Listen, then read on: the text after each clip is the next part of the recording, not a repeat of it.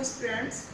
कल हमने छंद किसे कहते हैं, मात्राएं क्या होती हैं और यति किसे कहते हैं, इस बारे में पढ़ा था बच्चों। आज हम छंद के कितने प्रकार होते हैं और दोहा छंद के बारे में मैं आपको बताऊंगी। तो बच्चों, छंद मुख्यतः 3 प्रकार के होते हैं, वर्णिक, मात्रिक और मुक्तक। वर्णिक छंद में वर्णों की एक निश्चित संख्या होती है। स्पष्ट रूप से आप समझ लें कि वर्णिक छंद में वर्णों की एक स्पष्ट संख्या होती है। मात्रिक छंद में प्रत्येक चरण में मात्राओं की गणना की जाती है और मुक्तक छंद में मुक्तक छंद वर्णों और मात्राओं की गणना से मुक्त होता है।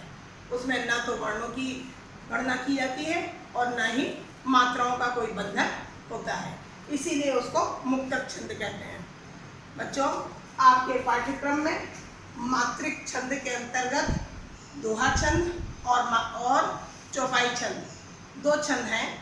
आज मैं आपको दोहा छंद के बारे में बताऊंगी। तो हम पढ़ते हैं दोहा छंद। आपसे दोहा छंद पूछा जाए तो सबसे पहले आप लिखेंगे परिभाषा, उसके बाद उदाहरण में मात्राएं लगाकर स्पष्ट करेंगे और लास्ट में आप स्पष्टीकरण लिखेंगे। तो सबसे पहले हम पढ़ते हैं परिभाषा। दोहा छंद में 4 चरण होते हैं। प्रथम और तृतीय चरण में 13 मात्राएं और द्वितीय और चतुर्थ चरण में 11 मात्राएं होती हैं। पहले भी मैंने बताया था कि जहाँ पर ये यति है, यति यानी विराम, चाहे वो कॉमा हो चाहे वो पूर्ण विराम हो, इसको यति कहते हैं। जहाँ पर यति आई है तो इसको हम एक चरण कहते हैं। तो इसीलिए परिभाषा में है कि चरण के अंत में यति होती है। तो एक चरण के बाद में यति, दूसरे चरण के बाद में फिर से यति, इसको भी यति ही बोलते हैं। तीसरे चरण के बाद फिर यति और चौथे चरण के बाद में यति। तो आपका उसके बाद आप लिखोगे उदाहरण, निंदक नियरे राखिए, आंगन कुटी छवाए, बिन पानी साबुन बिना, निर्मल करे सुभाए। कल मैंने आपको मात्राएं लगाना बताया था बेटा, फिर से आप इसमें मात्राएं मैं साथ साथ लगाऊंगी, आप इसको देखिएगा। निंदक, नी के बाद ये संयुक्ताक्षर है। आपको मैंने बताया था संयुक्ताक्षर से पहले वाला गुरु माना जाता है, इस पर गुरु मात्रा लगी है और आधे वर्ण की कोई मात्रा नहीं होती। तो यहाँ पर लघु, फिर क अकेला है लघु, न में छोटी की मात्रा लघु, य अकेला है लघु। अब आता है ए की मात्रा, ए की मात्रा में गुरु मात्रा लगेगी। र में आ की मात्रा लगी हुई है, गुरु लगेगा। ख में छोटी की मात्रा लघु, ए में गुरु। एक चरण की मात्राएं आपकी कंप्लीट हुई। दूसरा चरण, आ का मात्रा भी है और चंद्र बिंदु भी है, ये गुरु है।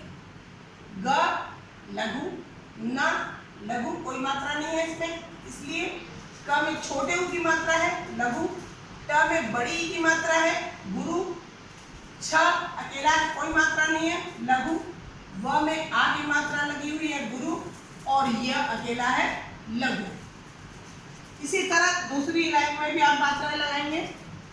ब में छोटी की मात्रा लघु, न में कोई मात्रा नहीं है लघु, प में आ की मात्रा गुरु, न में बड़ी की मात्रा गुरु, स में आ की मात्रा है गुरु, ब में छोटे ऊ की मात्रा लघु, न अकेला है लघु, ब में छोटी की मात्रा लघु, न में आ की मात्रा गुरु।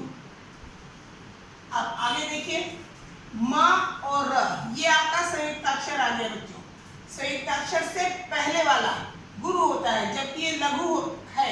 आपको देखने में क्या लग रहा है, ना में छोटी की मात्रा है लघु है, लेकिन संयुक्ताक्षर से पूर्व वाला गुरु होता है, विशेष नियम।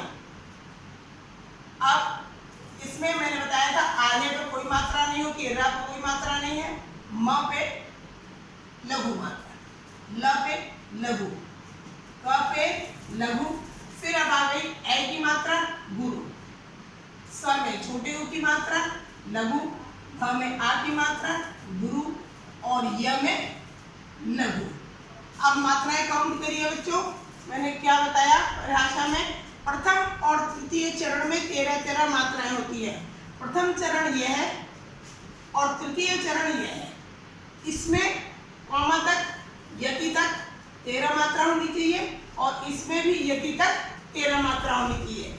काउंट करिए, 2, 3, 4, 5, 6, 7, 8, 9, 10, 11, 12, 13 मात्रा हो गई आपकी प्रथम चरण में।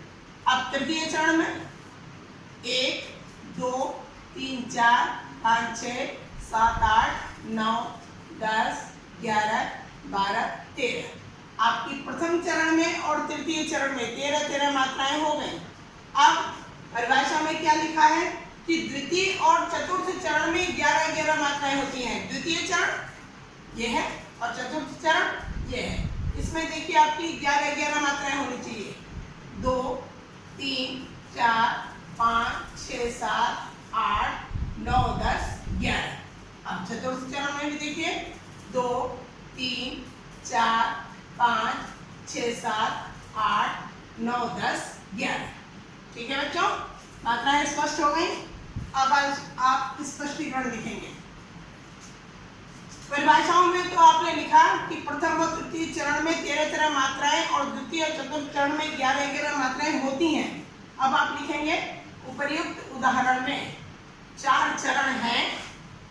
प्रथम और तृतीय चरण में 13-13 मात्राएं और द्वितीय व चतुर्थ चरण में 11-11 मात्राएं हैं। अतः इस उदाहरण में दोहा छंद है।